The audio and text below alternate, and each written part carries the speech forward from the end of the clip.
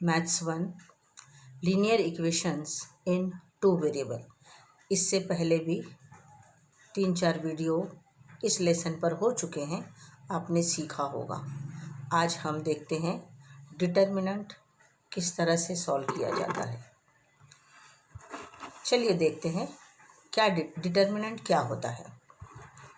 Determinant में इस तरह से 2 लाइन होते हैं जिसे मॉड कहते हैं। ABCD 4 लेटर हैं इस तरह से दिए हुए, जिसमें ABCD रोज दिए हैं, DCBD ये कॉलम के रूप में दिया है। अगर इस तरह से दिया जाए तो उसका फॉर्मूला दोनों को क्रॉस मल्टीप्लाई करके लिखा जाता है, यानी AD माइनस BC। इस तरह से इसका फॉर्मूला डिटर्मिनेंट का लिया जाता है, हल किया जाता है। चलिए ये फॉर्मूला समझने के लिए हम एक एग्जांपल देखते हैं। Find the value of following determinant. एक एग्जांपल दिया है A = 5, 7, 3, 9। चलिए यहाँ पर देखते हैं, यह है एग्जांपल। इसको पहले क्रॉस मल्टीप्लाई करना है। 5 × 9 माइनस, फिर इन दोनों को क्रॉस मल्टीप्लाई करना है।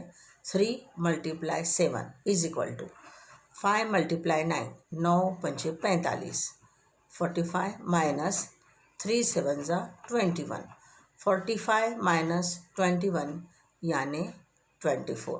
तो इस तरह से डिटर्मिनेंट का अगर सवाल दिया जाता है तो इस तरह से ज़ाब्ता जो है क्रॉस मल्टीप्लाई करके माइनस करके हल किया जाता है। इसे डिटर्मिनेंट का तरीका कहते हैं और ये 2 मार्क के लिए सवालात पूछे जाते हैं। चलिए आगे देखते हैं। और एक मेथड है डिटर्मिनेंट्स मेथड, क्रैमर्स रूल।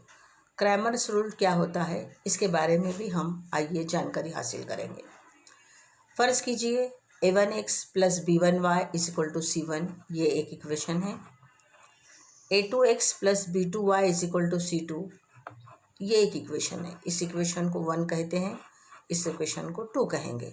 अगर इस तरह से कोई भी 2 इक्वेशन है, यहाँ पर A1 है पहले इक्वेशन का ज़रीब, B1 है पहले इक्वेशन में y का ज़रीब, C1 कांस्टेंट नंबर है। ठीक है, ऐसे ही दूसरे इक्वेशन में A2 यानी दूसरी इक्वेशन के लिए x का कोएफिशिएंट, y के लिए B2 यानी दूसरी इक्वेशन में y का कोएफिशिएंट, C2 यानी मुस्तकिल अदद दूसरी इक्वेशन के।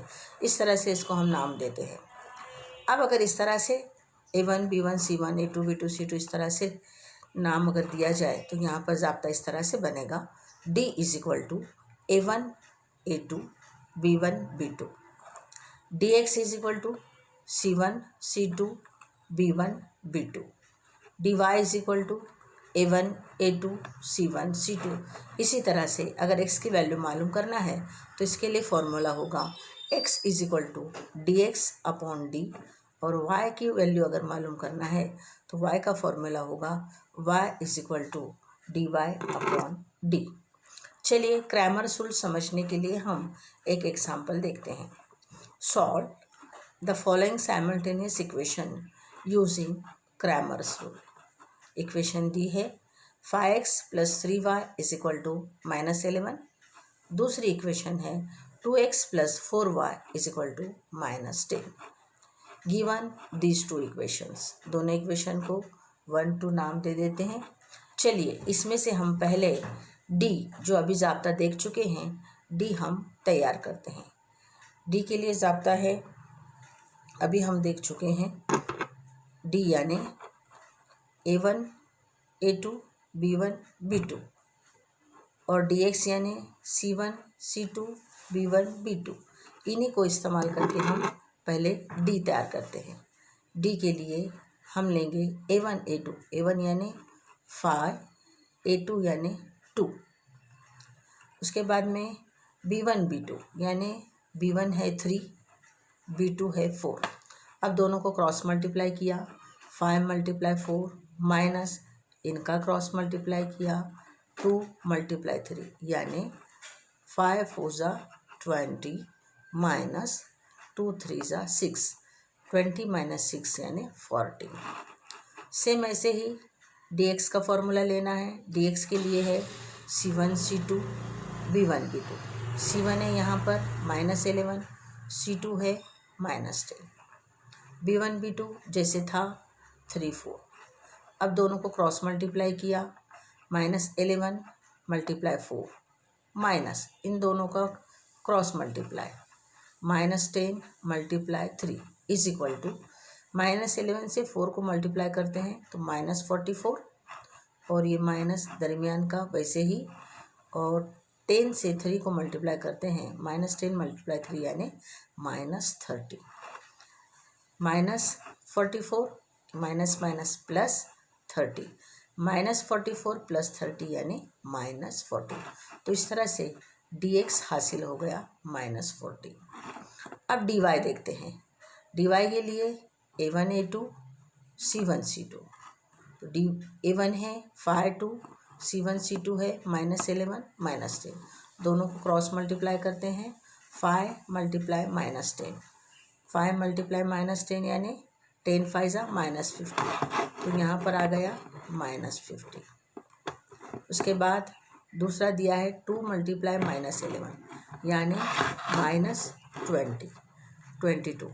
इस तरह से दोनों को हल करते हैं तो minus minus plus 5 10 -50, minus minus plus 22, -50 + 22 यानी -28। अब d की वैल्यू 14 मिली, dx की वैल्यू -14 और dy -28। अब हम फॉर्मूले में रखते हैं x = dx/d और x की वैल्यू ढूंढते हैं। dx की कीमत है -14, d की कीमत है 14, दोनों को रखकर हल करते हैं 14 × 1 = 14, 14 × 1 = 14, तो x की वैल्यू -1 मिल गई। अब y का फॉर्मूला लिखते हैं, y = dy/d, y की कीमत है dy की कीमत है -28/14, 14 से मुख्तसर करते हैं 14 × 1 = 14, 14 × 2 = 28, तो इस तरह से y की कीमत मिल गई -2, यानी x, y -1, -2। इस तरह से क्रैमर्स रूल से एग्जाम्पल्स हल किए जाते हैं। चलिए अब हम एक एक्टिविटी देखते हैं। To solve the simultaneous equations by determinant method, fill in the blanks. अभी जैसे मेथड हमने देखा है बिल्कुल उसी मेथड से इस एक्टिविटी को हल करना है। Right the equation in the form x + by = c। पहले स्टैंडर्ड फॉर्म में लिखना है, दोनों इक्वेशन को तरतीब देकर स्टैंडर्ड फॉर्म में लिखा। 2x + y = 19 और दूसरी इक्वेशन 2x - 3y = -3। चलिए अब हम अभी जैसे किया था बिल्कुल d का फॉर्मूला लिखेंगे। d का फॉर्मूला है a1 a2 b1 b2। अब यहाँ पर a1 क्या है वो हमने लिखना है।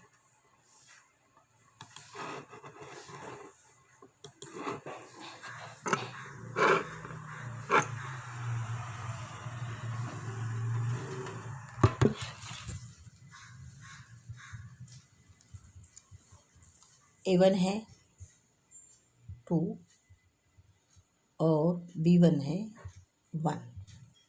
अब दोनों को हल करना है। 2 × -3, 2 × 1, 2 3 -6, 2 1 2, -2 -6 यानी -8। चलिए dx हल करते हैं। dx के लिए फॉर्मूला है c1 c2 b1 b2। c1 है 19, c2 है -3, अब b1 है 1, b2 है -3, दोनों को मल्टीप्लाई करते हैं।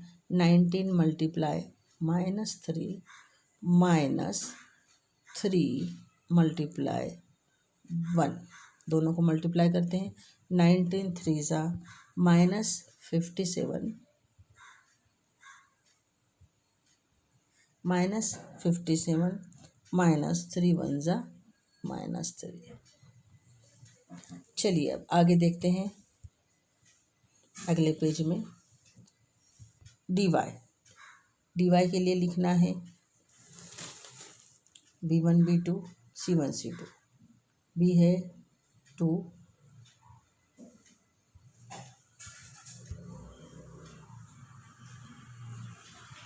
टू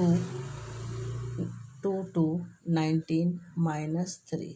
चलो दोनों को क्रॉस मल्टीप्लाई करते हैं। 2 मल्टीप्लाई माइनस 3, 19 मल्टीप्लाई 2,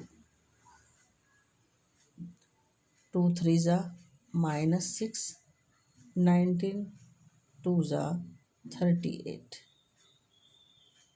इस तरह से हमें कीमत मिलती है -32। नाउ अब हम क्या करते हैं, x की वैल्यू निकालते हैं। x is equal to dx upon D. dx कितना है 54 अपॉन d है -8। मुख्तसर करते हैं,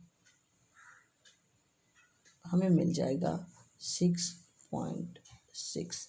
ठीक वैसे ही dy निकालेंगे। dy की y is equal to dy upon D. dy की वैल्यू है -32 अपॉन -8। मुख्तसर करते हैं तो हमें 4 मिलेगा। इस तरह से हमें वैल्यू मिलेंगे 6.6 एंड 4। चलिए अब होमवर्क लेते हैं। होमवर्क के लिए दोनों तरीके के कुछ एग्जाम्पल दे रही हूँ। Find the value of following determinant. यहाँ पर 1 2 तीन एग्जाम्पल्स दिए हुए हैं। डिटर्मिनेंट के तरीके से हल करना है जो 2 मार्क के लिए पूछे गए हैं। और अगला क्वेश्चन है solve the following simultaneous equation using Cramer's rule. Cramer's rule के लिए 1 2 3 4 एग्जाम्पल दिए हैं। इसे हल करके रखना है। नेक्स्ट टाइम मुझे पूछना है जो डिफ़िकल्टी होगी तो उसके बाद में